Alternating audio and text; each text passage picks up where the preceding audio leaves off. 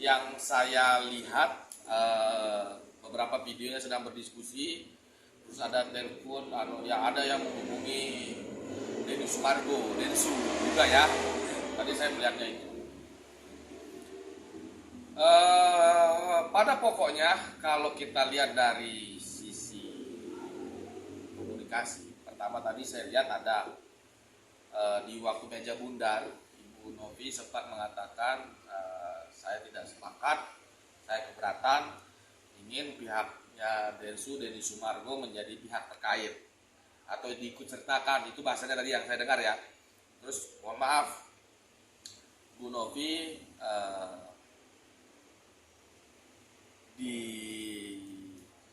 mohon maaf sebelumnya dibentak oleh pengacaranya Agus karena ada nada tinggi.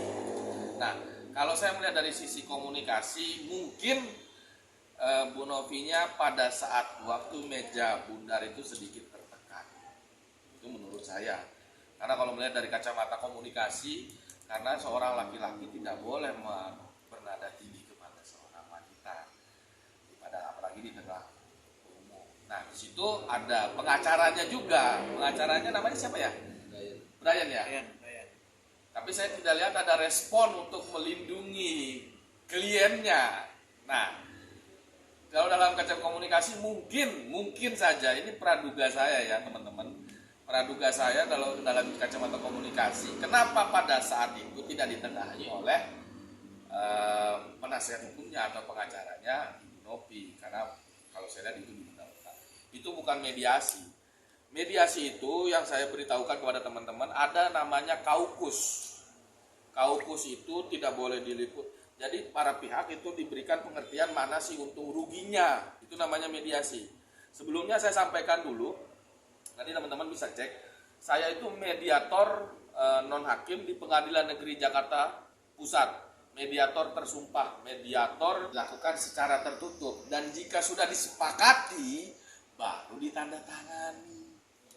Kalau tadi di depan publik diskusinya, maka akan menciptakan masalah baru. Kalaupun Ibu Novinya tidak sepakat, itu haknya dia sebagai pihak, para pihak, apalagi dari pihak yayasan dan pihaknya Agus yang diwakili oleh penasihat hukumnya juga harus lebih legowo, apalagi abang-abang senior. Saya kira itu bukan masalah yang rumit sebenarnya. Tadi tidak perlu ada gontok-gontokan. Jadi bisa digunakan kaukus, diskusikan dulu, draftnya sudah jadi, sudah disepakati, tidak ada yang ditambahkan, semua pihak sudah dimasukkan, baru ditandatangani, baru di live publish. Tadi abang bilang itu bukan mediasi ya, itu terus abang bilang ada gontok-gontokan keras-keras gitu. Terus abang juga bilang sedikit kayak ada paksaan gitu bang ya. Nah, berarti itu namanya apa bang kalau bukan mediasi bang? Itu memang salah satu pihak memang seakan-akan ditekan lah, katakan seperti itu, gimana tuh bang? Jadi kita kembali dulu kepada marwah mediasi. Kita kembali dulu kepada marwah mediasi. Mediasi ini apa sih? Mediasi ini kan kesepakatan para pihak untuk menyelesaikan dengan perdamaian, yang artinya para pihak sepakat untuk menyelesaikan dengan jalur perdamaian. Kalau di pengadilan namanya akta pandading, tapi karena ini di luar pengadilan, maka dia menjadi perjanjian kesepakatan bersama yang mengikat bagi para pihak. Ya kalau para pihak, satu pihak yang belum sepakat, ya belum bisa dikatakan mediasi yang berhasil. Kalau seperti tadi, itu bukan mediasi, itu kita seperti diskusi antara para pihak. Apa sih yang kita inginkan, apa yang kita harapkan, mencari jalan tengah pihak-pihak, win-win solution. Contoh misalkan, kalau menurut saya, waktu Bu Novi mengatakan pihak Denny Sumargo juga harus dihadirkan, kan itu bisa dibicarakan. Kenapa dia mesti dihadirkan? Kan ditahu lagi root cause-nya, akar penyebabnya. Kenapa salah satu pihak minta dia dihadirkan? Itu kan itu caranya untuk menghancurkan kebuntuan di dalam mediasi. Bang, berarti abang melihat ada yang dirugikan nggak bang dalam pertemuan tadi bang?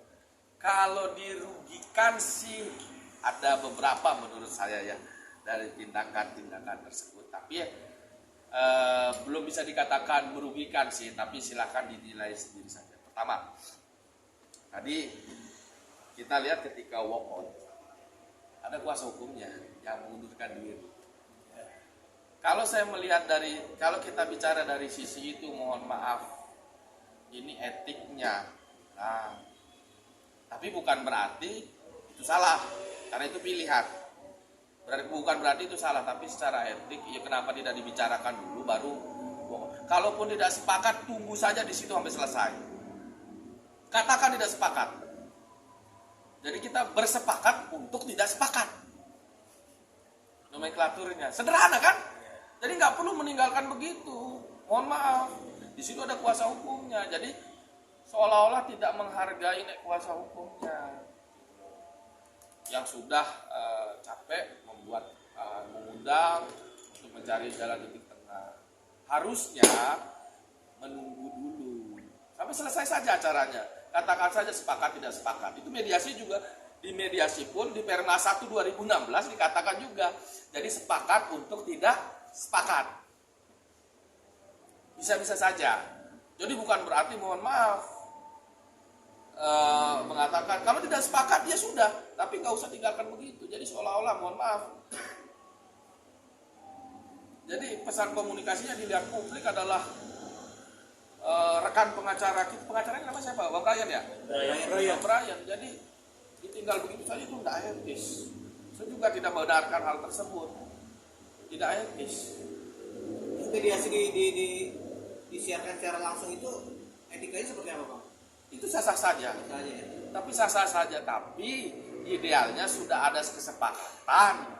Sudah ada kesepakatan nih, sudah ada akta pandadingnya, sudah ada akta perjanjian bersamanya yang nanti kita tanda tangani di depan muka umum, di depan media, di depan biar dilihat masyarakat Indonesia agar tidak terjadi kegaduhan-kegaduhan. Kan seperti itu. Bang, ditegaskan lagi berarti pihak yang dirugikan itu menurut kacamata abang itu dari pihak Novi bang, bener gak bang? Pertama, ada menurut saya di sini ada dua orang ya, dua pihak yang dirugikan. Saya nggak mengatakan orang, tapi dua pihak. Jadi dua belah pihak ada merasa dirugikan. Pertama, seperti yang tadi yang kita sampaikan di waktu meja bundare, kalau saya lihat videonya, tapi saya ini hanya presumption of innocence, praduga tak bersalah. Jadi hanya pendapat secara etimologi, secara keilmuan berdasarkan ilmu komunikasi ya. Ya itu kurang baik juga bentak-bentak seorang perempuan di depan. Kau sih nggak usah bentak-bentak begitu. Kita bukan jagoan. Jadi biasa aja gitu. Kan bisa dengan halus kita bicaranya dengan seorang wanita yang pergi di depan umum seperti itu. Jadi nggak perlu bentak-bentak. Nah di situ juga penasihat hukumnya juga harus melindungi kliennya. Kan ketika Anda diberikan kuasa mau dibayar atau tidak dibayar, di situ kan ada kata-kata di surat kuasa adalah membela kepentingan pemberi kuasa di dalam maupun di luar pengadilan. Jadi apapun bentuknya ya ada. Apalagi dibentak-bentak seperti itu nggak boleh. Pasti saya akan jawab, nggak usah bentak-bentak klien saya. Seperti itu, sederhana saja kok. Nah terus yang kedua tadi mohon maaf, pengacaranya juga dirugikan. Kenapa dirugikan?